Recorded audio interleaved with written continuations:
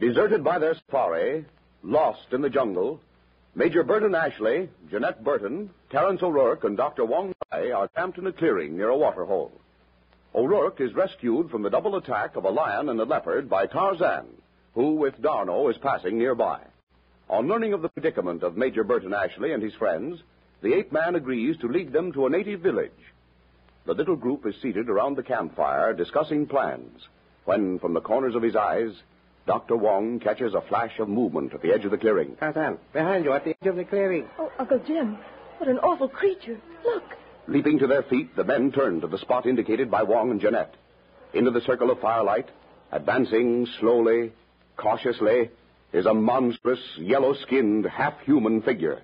Its huge, heavily muscled body, hairless and naked except for a hide loincloth, sways from side to side as it moves forward.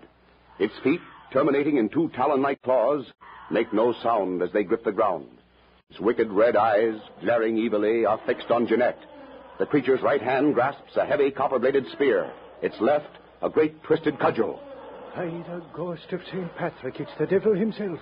At the sound of O'Rourke's soft exclamation, the repulsive, yellow-skinned creature pauses. It glares savagely at Tarzan as the ape-man moves quickly toward it. Your gun, Terry. No. Do not shoot. Leave this to Tarzan. Prenez garde, Tarzan. The spear...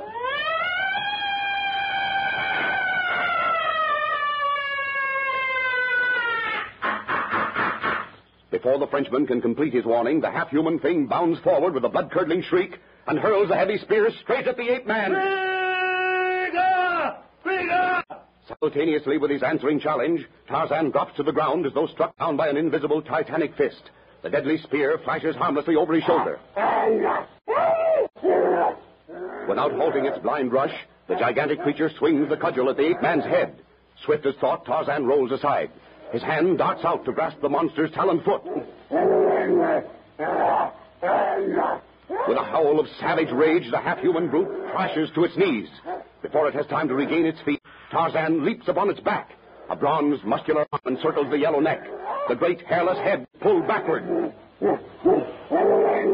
The ape-man's knife flashes, buries itself deep in the heavy throat.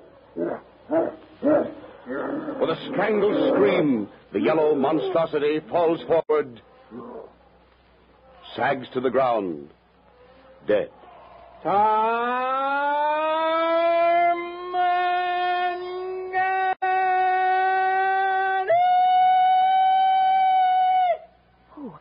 Uncle Jim. Steady, old girl. It's all over the Pushler. Incredible. A creature twice the size of Tarzan. But you are hurt, mon ami.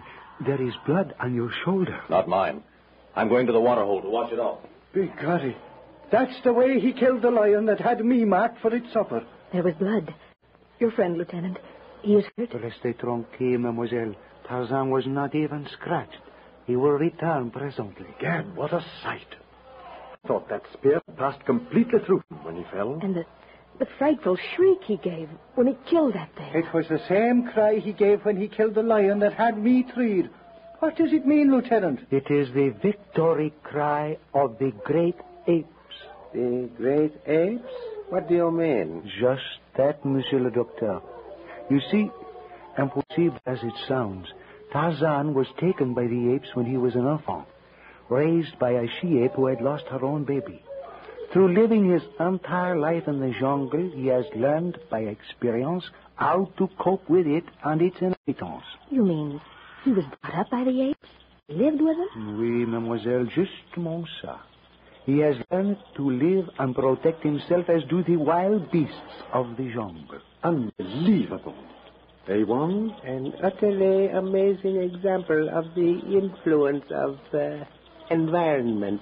And yet, one of the handsomest men I've ever seen. Mais oui, mademoiselle. He is a perfect type of the strongly masculine, Ashleigh.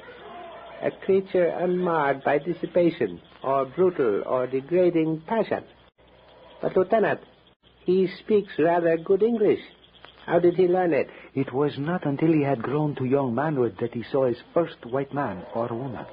He found a little party of whites shipwrecked on a desolate part of the African coast. I joined the party later. It was from them that he first learned to speak English. And he's never been out of the jungle? Knows nothing of our civilization? Oh, contraire, Monsieur Major. It's in Paris, London, New York, many places. But it does not appreciate our so-called centers of civilization. He much prefers its jungle and its savage denizens. His ancestors, his father and mother, does he not know who they were? Maybe. His parents were Lord and Lady Greystoke. What's that? The Greystokes? Of Greystoke Manor, they were British. Oui, monsieur, c'est ça. Tarzan is Lord Greystoke. However, he refuses to be known by any other name than Tarzan. That's the most amazing thing I've ever heard. The Greystokes dropped out of sight years ago. If I remember rightly, Greystoke had been commissioned by the Foreign Office to investigate slave trading in a British West Coast African colony. They disappeared. Major, here he comes. Écoutez, may I suggest that a discussion be dropped, at least in his presence? He does not care to speak of it, nor of his past life in the jungle. Eh bien, Tarzan, where have you been? Circling the clearing. There's nothing more to fear from those fellows. He is the only one who was near the waterhole. Jeanette, my dear, does this creature look anything like the one you saw this afternoon? Yes.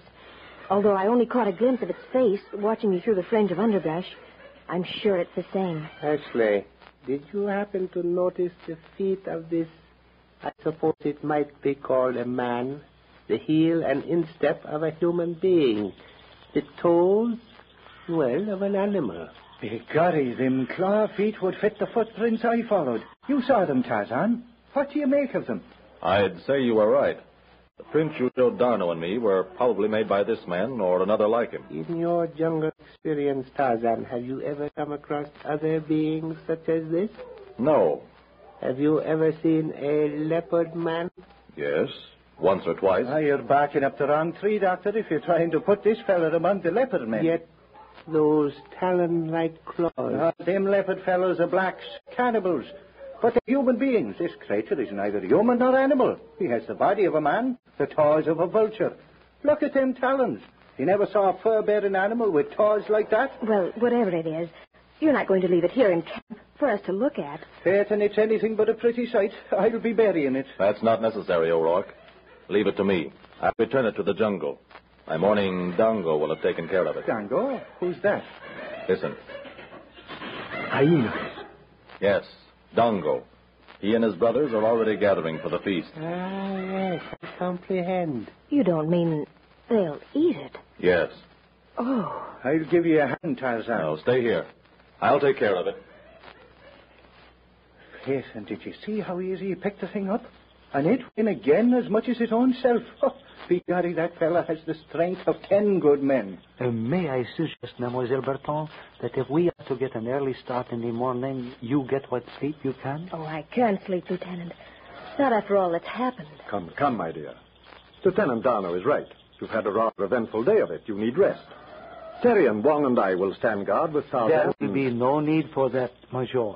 Tarzan and I shall relieve you of that duty tonight. It is easy to see that you are all exhausted and in need of sleep. But you and Tarzan sleeps like an animal, Monsieur le Docteur Wong, with one eye open, so to speak. And moi, I am not fatigued. We have traveled by easy stages, have not tired ourselves by cutting our way through the forest. He'll be sleeping like a baby in no time, Acushla. Here, I'll fix your blankets. Oh, very well, then. But for those lions and things roaring and shrieking out there, I certainly don't expect to get much sleep. So long as Tarzan is watching over the camp, Mademoiselle, you need not worry about the animals. None will disturb you. Well, good night, then. Good night, Lieutenant. When Tarzan said that we might reach a native village in 3 days, Lieutenant, did he have any particular one in mind? The mayotte of an acquaintance of ours, Doctor, one Ahmed, a trader in, shall I say, ivory? He will furnish you with guides. Then Tarzan must be familiar with this section. Strange he's never heard of the city of Tohr. Mon Major, Africa is filled with legends of lost and ancient cities. Tarzan and I have seen several. Ahmed's village is beyond this section of the country, and Tarzan is not familiar with this particular district. Then how in heaven's name does he know where he is any more than we do? How does he find his way? He calls it his animal instinct. He has an uncanny sense of direction, and I have never seen him hesitate for a single instant in going directly to the place he wishes to reach. I wonder what's keeping him out there. He's been gone a long time. He will return when he... Voyez! There he is, up there in the tree. Begorry, will you look at that? He swings down through them branches like a young ape. Well, Tarzan, you had us worried. We were just about to... Is she asleep? Yes. Why, listen. Drums, by Jove. Wake Miss Burton. Mais pourquoi, Tarzan? No time to explain now. Wake her up. What? Jeanette, wake up. What is it? Don't be frightened, child. We're breaking camp, I believe. Is that it, Tarzan? Yes. We're taking to the trees. I picked the place. That's what kept me so long. Break camp and leave nothing lying around. Put out that fire, Darno, and come, all of you. Here, Miss Burton, with me. Now, stay close together. Followed by the others, Tarzan strides off into the impenetrable gloom of the jungle. 500 paces from the clearing, he pauses beneath the giant podocarpus tree. Here. These vines are twisted together. Easy to climb. I'll go first with Miss Burton. Climb slowly and make as little noise as possible. Come on. Slowly, easily, carrying Jeanette in his left arm, Tarzan mounts the twisted vines.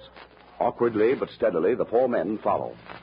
50 feet above the ground, the ape-man breaks through a mass of dense foliage and steps onto a platform constructed of interwoven limbs and branches. He puts Jeanette down and turns to help the others.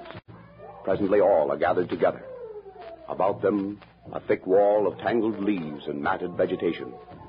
Above the jungle chorus of the night and beneath the crystal stars comes the distant thudding of drums.